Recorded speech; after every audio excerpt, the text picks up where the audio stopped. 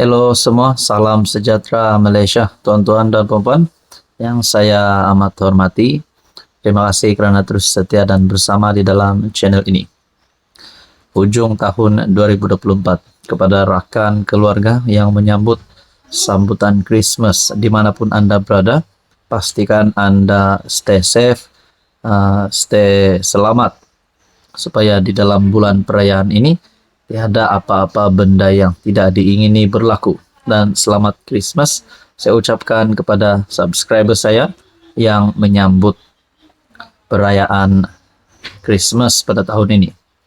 Saudara-saudara yang saya amat hormati, ada satu berita yang saya telah temui. Ini berkaitan dengan Perdana Menteri bagi rating prestasi jemaah menteri. Wow, adakah di sini Anwar Ibrahim memberikan markah ataupun memberikan rating bagi jemaah menteri di dalam kabinet kerajaan perpaduan hari ini? Adakah di sini Anwar Ibrahim telah melihat ada menteri-menteri yang mungkin turun marka, yang mungkin boleh digugurkan, ataupun ada di kalangan menteri yang patut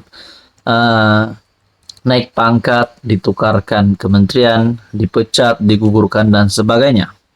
Ini satu tulisan yang saya temukan di dalam Harapan Daily bertarik 21 Desember. Dalam tempoh 2 tahun pentadbiran kerajaan perpaduan, prestasi jemaah menteri diakui berada pada tahap memuaskan. PM berkata, beliau paling berpuas hati apabila kerajaan pimpinannya kini tidak lagi mengizinkan amalan lama seperti rundingan terus dan curi komisen. Tapi saya puas hati satu perkara, walaupun orang bangkit soal rasuah, kes ini, kes itu, yang penting sejak 2 tahun ini, saya tak izinkan amalan runding terus curi komisen. Itu saya hentikan, kata Anwar. Datuk Seri Anwar Ibrahim berkata, masih terdapat ruang yang boleh diperbaiki oleh kerajaan dalam meningkatkan lagi pencapaian kepada rakyat. Pada masa sama, PM berkata, walaupun ada beberapa pihak sudah tidak mahu lagi mendengar tentang isu tata kelola, namun beliau tidak boleh menafikan bahawa tata kelola baik adalah sangat penting. Orang tak mahu dengar isu tata kelola, tapi bagi saya ini masalah terbesar. Bagi saya, tata kelola ini paling penting sebab kebocoran, rasuah, hilang dana puluh-puluh bilion, bayar hutang yang tidak sepatutnya kita bayar, katanya lagi seperti dilapor. Nah, saudara-saudara, PM bagi rating prestasi jemaah menteri. Adakah rating ini positif kepada beberapa menteri dan juga rating negatif kepada beberapa menteri? Dan kalau benar PMX memberikan rating yang negatif kepada beberapa menteri di dalam kerajaan, tak kisahlah dari PHK, dari BNK, adakah menteri akan dipecat, ataupun menteri akan digugurkan, ataupun mungkin kabinet akan dirombak semula. Nah, bila kabinet rombak, nanti adalah menteri baru yang bakal naik pangkat, digantikan kementerian, ada yang digugurkan, diganti, dipecat. Nah, saudara-saudara, berkaitan dengan ini, apa komen Anda? Silakan komen di bawah. Hai, hello, salam sejahtera Malaysia, saudara-saudara yang saya amat hormati. Terima kasih kerana terus setia dan bersama di dalam channel ini. Baru-baru ini rakyat Sabah, negeri di bawah Bayu, digemparkan dengan pelantikan TYT Baharu Sabah, Musa Aman. Tahniah diucapkan. Rakyat Sabah telah terima berita tergempar ini dengan lantikan TYT yang baru. Jadi ada yang bertanya, adakah lantikan ini atas kuasa Perdana Menteri Anwar Ibrahim dan juga Ketua Menteri Sabah? Nah, saudara-saudara, satu tulisan daripada Syabuddin bertarik 21 Desember. Anwar sepatutnya nasihatkan Hajiji calonkan nama lain selain Musa Aman. Adakah dengan ini pelantikan Musa Aman sebagai TYT ini adalah satu pelantikan yang tidak adil, karena Anwar sepatutnya nasihatkan Ketua Menteri Sabah untuk mencalonkan nama lain selain Musa Aman. Berbeza dengan kenyataan juru cakap kerajaan perpaduan, Fahmi Fadzil, yang mengatakan cadangan nama calon yang di Pertuan Negeri Sabah adalah hak Ketua Menteri menentukannya dan tidak melibatkan PM. Tetapi penjelasan Anwar jelas menunjukkan perkara sebaliknya.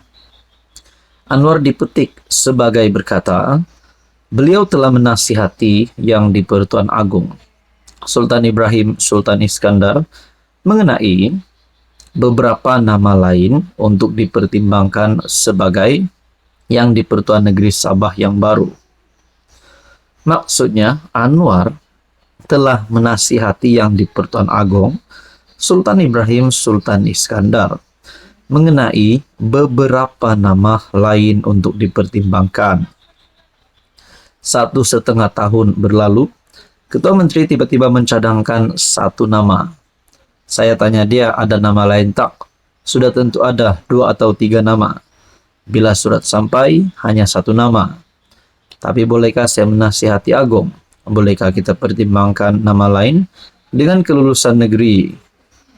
Sudah tentu boleh. Adakah saya buat begitu? Saya buat, katanya.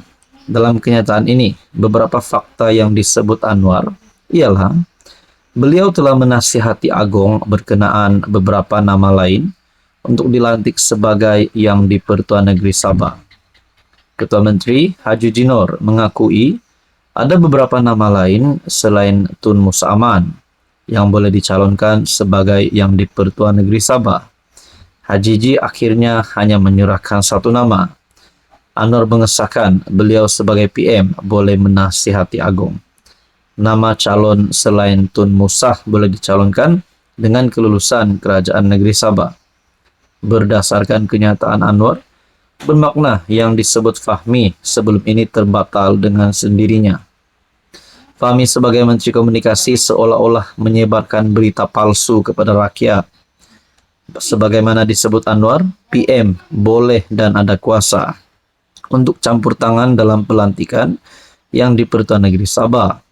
Berbeda dengan kenyataan Fahmi bahwa PM tiada kuasa untuk campur tangan. Lagi pula, parti yang memerintah Sabah sekarang adalah GRS plus PH setelah cubaan menggulingkan Hajiji melibatkan kerjasama UMNO dan Warisan pada 2020 menemui kegagalan. Dengan kedudukan PH ada bersama dalam Kerajaan Negeri Sabah dan PH sebelum ini mengecam pembebasan Tun Musa Aman daripada 46 tuduhan rasuah dan pengubahan wang haram. Tindakan Anwar membiarkan Tun Musa dicalonkan sebagai yang di Pertuan Negeri Sabah adalah sesuatu yang memalukan gabungan itu sendiri. Ini bukan soal Agung yang memperkenankan pelantikan itu, tetapi mengapa nama selain Tun Musa tidak dicalonkan. Jadi saudara-saudara, jika Anwar mengatakan ada beberapa nama lain boleh dipertimbangkan dan nama selain Tun Musa itu boleh dicalonkan dengan persetujuan Kerajaan Negeri Sabah, mengapa Anwar tidak mengusahakan perkara itu? Kenapa beliau tidak memujuk, menasihati atau memberi arahan kepada Hajiji sebagai PM agar tidak mencalonkan nama Tun Musa? Mengapa Anwar membiarkan Hajiji hanya mencalonkan satu nama saja, yaitu Tun Musa, dan selepas itu baru beliau mahu menasihati Agung? Anwar dalam hal ini tidak sepatutnya berlindung di sebalik nama Agung, sedangkan beliau boleh memainkan peranannya. Bukankah menasihati atau memujuk Hajiji lebih mudah lantaran PH adalah sebahagian Kerajaan Negeri Sabah? Soal Syabuddin Husin.